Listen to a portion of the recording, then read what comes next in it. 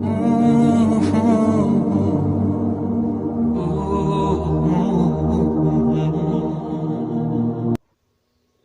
کرنا سیکھو، اتنا ملے گا کہ تھک جاؤ گے، اور اللہ ہر حال میں شکر ادا کرنے والوں کو اپنی نعمتوں سے مالا مال کر دیتا ہے۔ جتنا ملے قبول کر لینا چاہیے، ہو سکتا ہے یہ بھی ہماری اوقات سے زیادہ ہو۔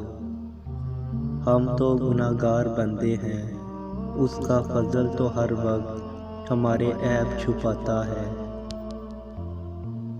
جو ذات رات کو درختوں پر بیٹھے پرندوں کو نیند میں گرنے نہیں دیتی، وہ ذات انسان کو کیسے چھوڑ سکتی ہے؟ کبھی کبھی اچھی چیزیں کھو جاتی ہیں تاکہ ہمیں بہتر چیزیں مل سکیں۔ ہمیشہ اللہ پر یقین رکھو اور اس کے شکر گزار رہو۔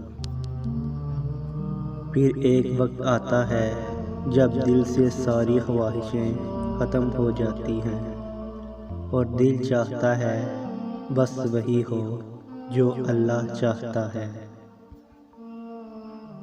اگر تمہیں ایک دوسرے کی نیتوں کا پتہ چل جائے تو تم ایک دوسرے کو دفن بھی نہ کرو۔ اللہ نے تمہارے عیب چھپا رکھے ہیں، اس پر شکر ادا کرو۔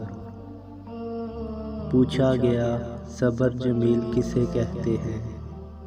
جواب آیا جب تم آزمائے جا رہے ہو اور تمہارے لب پہ ہو شکر الحمدللہ۔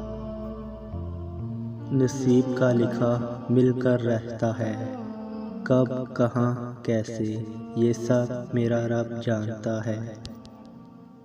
یا اللہ آپ میری امید نہیں میرا یقین ہو۔